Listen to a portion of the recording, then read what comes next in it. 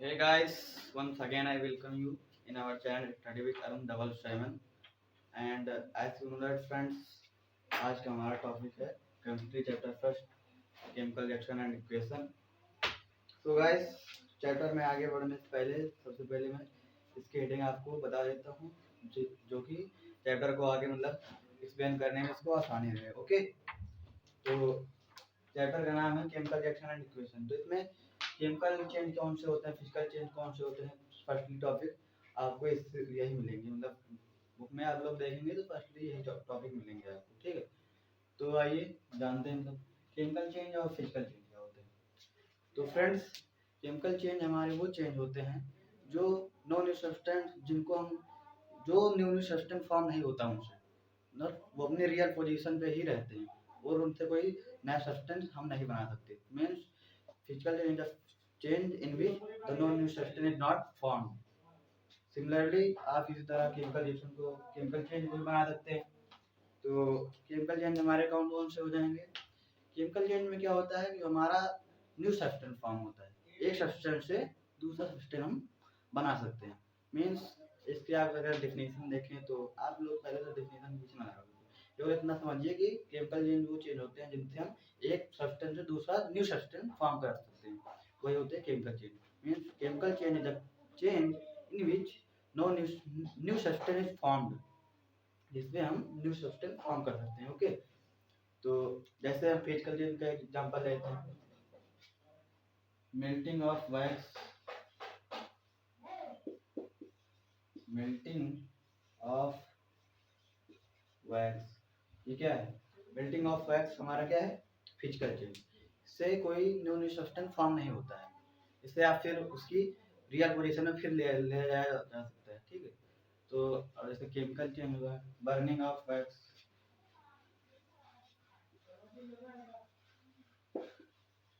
Burning of wax, इसमें क्या होता है कि इसमें नॉन न्यू सब्सटेंस फॉर्म हो रहा है ना। तो केमिकल चेंज होगा जैसे आप अभी डेफिनेशन के अनुसार देखें, उसमें ज़्यादा कुछ नहीं है। और इस चैप्टर में मोस्टली केमिस्ट्री फर्स्ट चैप्टर में मेन 5 इसके केमिकल टाइप्स हैं केमिकल रिएक्शन के, वही है।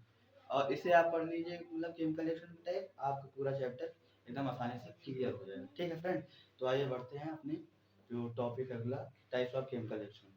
जैसा कि आप लोग जानते हैं केमिकल रिएक्शन के 5 टाइप्स होते हैं। वो कौन कौन से होते हैं? फर्स्ट टॉपिक है कॉम्बिनेशन रिएक्शन, सेकंड है डिकम्पोजिशन रिएक्शन, थर्ड है डिस्प्लेसमेंट, फोर्थ है डबल डिस्प्लेसमेंट एंड लास्ट हमारा है वो है रिडॉक्स रिएक्शन। जो आइए फर्स्ट समझते फर्स्ट कौन सा है। तो फर्स्ट कौन सा है आइए देखते हैं। तो फ्रेंड्स, इसमें क्या है, तो फर्स्ट है हमारा कौन सा है? Combination reaction. मीन्स फर्स्ट हमारा कौन सा है? Combination reaction. कौन सा है? Combination reaction.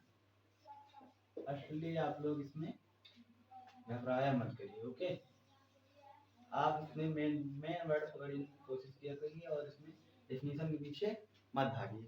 ठीक है, तो हमारा कॉम्बिनेशन रिएक्शन कौन से होते हैं? मीन्स वन और मोर सब्सटेंस इनको अब कंबाइन करें तो एक new substance single product form. Means दो रिएक्टेंट, जैसे लीजिए कार्बन और O2, इसमें क्या फॉर्म होगा? CO2।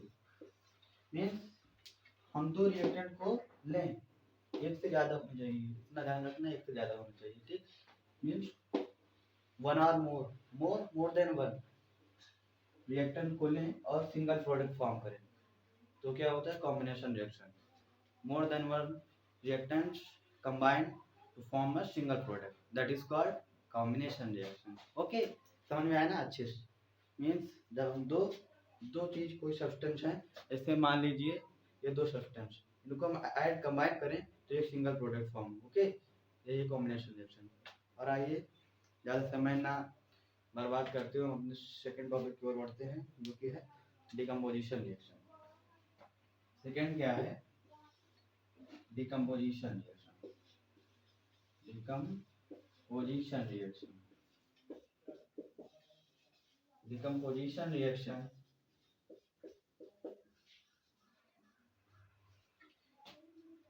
और अगर आपके मन में हो कि अभी आपने डिफिनीशन नहीं बताया है तो मैं आपको डिफिनीशन ही बता देता हूँ इसमें। तो कॉम्बिनेशन रिएक्शन क्या है? आप ऐसे बना लिया करिए अपने मन से। Combination in reaction is the reaction in which more than one reactants combined to form a single product. Okay, हो गई ना डिफिनीशन आराम से। केवल मेन वर्ड आप पकड़िए और उसे अपने आप डिफिनीशन बना लीजिए। ओके, तो आइए अपने सेकंड टॉपिक पे बढ़ते हैं, डिकम्पोजिशन रिएक्शन। तो डिकम्पोजिशन रिएक्शन हमारा कौन सा रिएक्शन होता है? ये इसका जो अभी आपने देखा है कॉम्बिनेशन रिएक्शन, इसका उल्टा है। मींस जो Ca2 है इसको हम डिकम्पोज करेंगे, मतलब ब्रेक करेंगे वन आर मोर सब्सटेंस में। आइए कैसे देखते हैं। जैसे आपने CO2 लिया, इसको हम ब्रेक करेंगे तो कार्बन प्लस O2 के फॉर्म में ब्रेक होगा ना। तो यही है डिकम्पोजिशन रिएक्शन। ज़्यादा कठिन नहीं है, आप लोग मतलब इसमें घबराइए मत, ये बहुत कठिन है।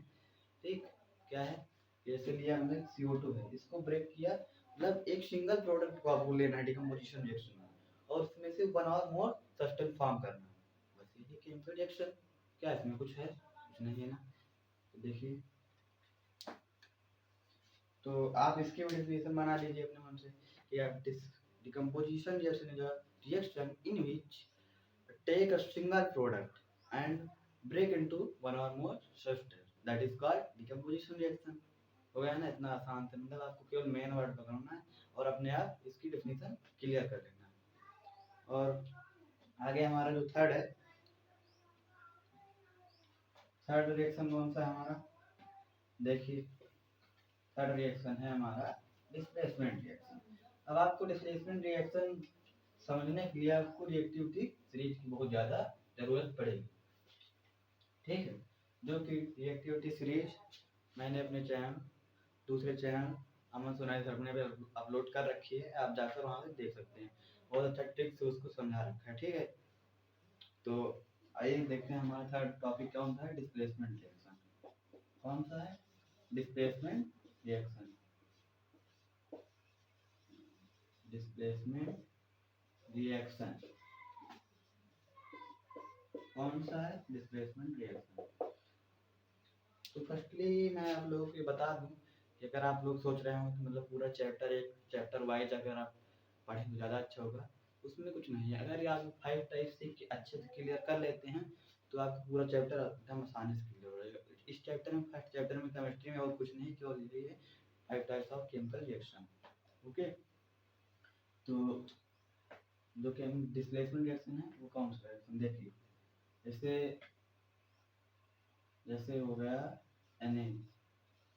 Na को हम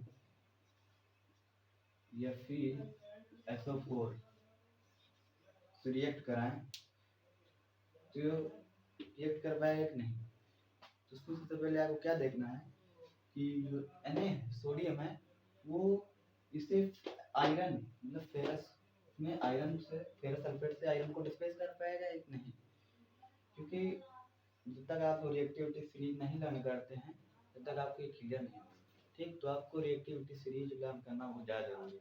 तो जो ये Na है वो आयरन ज़्यादा रिएक्टिव, तो ये आयरन को डिस्प्लेस कर देगा और क्या फॉर्म कर देगा ये, सॉरी, ये सोडियम सल्फेट Na2SO4 और ये आयरन को अलग कर देगा।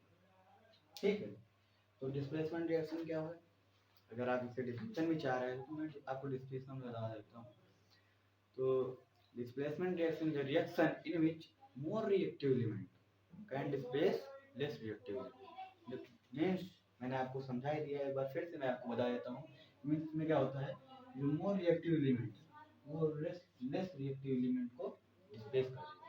ठीक है, यही है डिस्प्लेसमेंट रिएक्शन। बहुत ही आसानी से, इसमें कोई टफ नहीं है।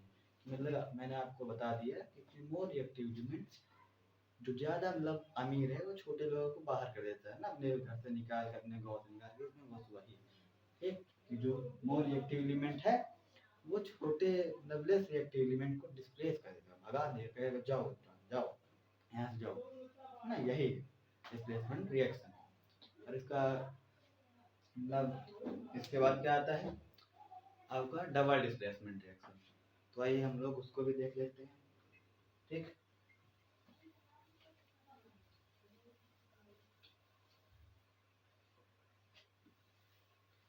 जो हमारा डबल डिस्प्लेसमेंट रिएक्शन है इसमें क्या होता है, म्यूचुअल एक्सचेंज होता है। मतलब एक ने उसकी जगह ली, एक ने उसकी जगह ले ली। तो जो हमारा डबल डिस्प्लेसमेंट रिएक्शन है वो आइए हम देखते हैं। इसमें क्या होता है कि म्यूचुअल एक्सचेंज होता है। एक ने इसकी जगह ली तो वो आके उसकी जगह ले लेगा। ठीक, देखिए आइए दिखाते हैं आप लोगों को डबल डिस्प्लेसमेंट रिएक्शन। तो फ्रेंड्स, डबल डिस्प्लेसमेंट रिएक्शन क्या होता है, इसमें म्यूचुअल एक्सचेंज ऑफ आयन होता है। मतलब एक अगर दूसरे की जगह ले रहा है तो दूसरा आकर उसकी जगह ले लेगा। तो आइए हम देखते हैं डबल डिस्प्लेसमेंट रिएक्शन कौन कौन से हैं। जैसे मान लीजिए फेरस सल्फेट, और इसमें क्या होता है बैरियम सल्फेट। मान लीजिए बैरियम सल्फेट, तो ये क्या फॉर्म कर देगा, मीन्स जो अगर ये आयरन है इसकी जगह लेगा तो ये जो बैरियम है ये यहाँ आ जाएगा। मतलब म्यूचुअल एक्सचेंज ऑफ आयन हो रहा है ना। एक अगर इस फेरस जो है बैरियम की जगह लेगा तो अगर बैरियम आके जल्दी से फेरस की जगह लेगा। बस यही डबल डिस्प्लेसमेंट रिएक्शन, इसमें और कुछ नहीं। हाँ, देखिए इसमें क्या फॉर्म हो रहा है। देखिए आयरन सल्फेट, आयरन सल्फेट, और क्या फॉर्म होगा बैरियम सल्फेट, वही ना। तो इसमें ज़्यादा कुछ नहीं था कि मतलब ये म्यूचुअल एक्सचेंज ऑफ, जैसे आप इसकी डिफिनीशन भी बनाना चाहें तो इसकी डिफिनीशन क्या हो सकती है, in a double displacement reaction mutual exchange of ion have take place. Means double displacement reaction is a chemical reaction in which mutual exchange of ion takes place. Okay, means आपको समझा ही चुके हैं। मतलब अगर इसमें एक आयरन जो है बैरियम की जगह लेगा तो बैरियम जाके इसकी जगह लेगा। तो इसमें क्या होता है म्यूचुअल एक्सचेंज ऑफ आयन होता है। ठीक है, तो और जो हमारा लास्ट टॉपिक है टाइप्स ऑफ केमिकल रिएक्शन में, वो है क्या, रिडॉक्स रिएक्शन ना। तो reaction types of chemical reaction मतलब टफ नहीं है। तो इस चैप्टर में यही बहुत ज़्यादा मतलब अगर इसे आप अच्छे से समझ लेंगे तो इसमें ज़्यादा और कुछ नहीं है। उसके बाद फिर एसिड बेस, उसमें इसी का ज़्यादा काम लगता है।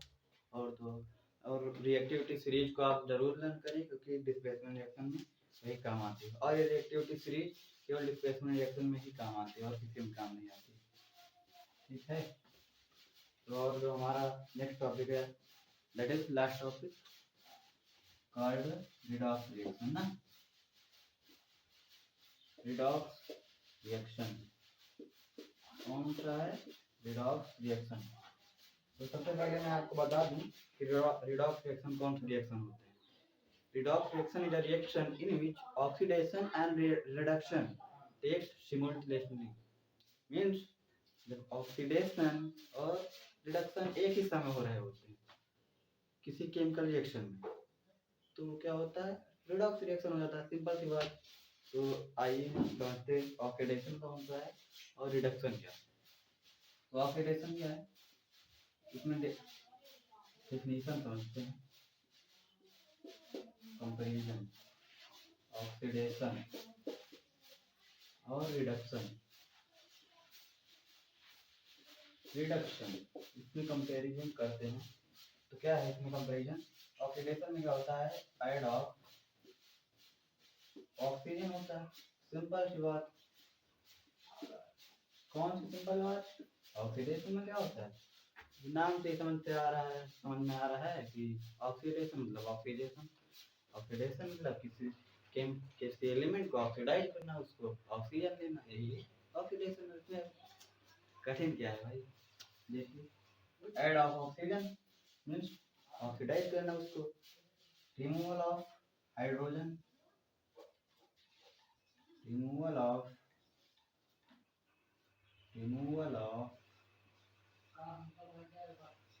Hydrogen, hydrogen. और रिडक्शन में क्या है, नाम से समझ में आ रहा है, रिडक्शन मतलब रिड्यूस करना किसी सब्सटेंस किसी एलिमेंट से, वो ऑक्सीजन को रिड्यूस करना, यही है बस रिडक्शन। इसमें ज़्यादा मतलब टफ नहीं है कि बहुत ज़्यादा टफ, मतलब आप वो आसानी से मतलब एक आराम से बैठ कर तो समझ लीजिए और पढ़िए आराम से, बस समझ में आ जाएगा। रिडक्शन इसमें आप रटने की कोशिश मत किया करिए। जैसे ऑक्सीडेशन है तो नाम से समझ आ रहा है कि ऑक्सीडेट मतलब ऑक्सीडाइज करना, ऑक्सीडाइज मतलब किसी एलिमेंट में ऑक्सीजन ऐड करना, बस वो आसानी से बात ना। और रिडक्शन नाम से समझ में आ रहा है भाई, रिडक्शन रिड्यूस करना, है ना।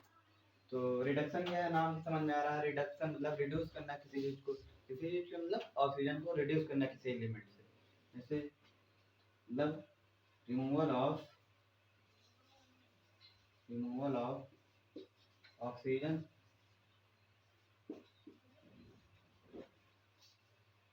और ऐड ऑफ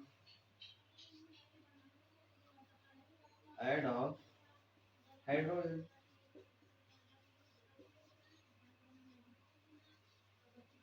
मीन्स जो हमने रिडक्शन वो ऑक्सीडेशन किया, सेम उसका केवल अपोजिट। इसमें क्या था, ऐड ऑफ ऑक्सीजन, इसमें क्या है रिमूवल ऑफ ऑक्सीजन। इसमें क्या था रिमूवल ऑफ हाइड्रोजन, इसमें क्या था ऐड ऑफ हाइड्रोजन। तो पहले आप उसको रटना नहीं, केवल आपको नाम समझना है, मतलब नाम से रिडक्शन रिडक्शन रिडक्शन से आप एक बार याद रखिए, रिड्यूस रिड्यूस का मतलब कम करना, क्या कम करना, ऑक्सीजन, सिंपल सी बात ना। ऑक्सीडेशन मतलब ऑक्सीडाइज करना किसी एलिमेंट को, उसको ऑक्सीजन देना कि ले भाई ले तो ऑक्सीजन ले, ठीक। तो इसमें एक पॉइंट और होगा कि loss of electron, loss of electron, oxygen में क्या होता है इलेक्ट्रॉन का लॉस होता है। कि अगर आप इलेक्ट्रॉन किसी को दे दोगे तो प्लस में आ जाता है ना, इसके बाद इलेक्ट्रॉन ज़्यादा हो गए, स्टेबल होने के लिए उसको इलेक्ट्रॉन देना पड़ता है, और इसको स्टेबल होने के लिए इलेक्ट्रॉन लेना पड़ता है, सिंपल सी बात ना, लॉस ऑफ इलेक्ट्रॉन। और इसका एकदम अपोजिट, इसमें कुछ करना नहीं, इसमें लॉस ऑफ इलेक्ट्रॉन तो इसमें हो जाएगा gain of electron, gain of electron. जैसे एक इसका एग्जांपल समझते हैं, एग्जांपल वाइज तो समझते हैं। मान लीजिए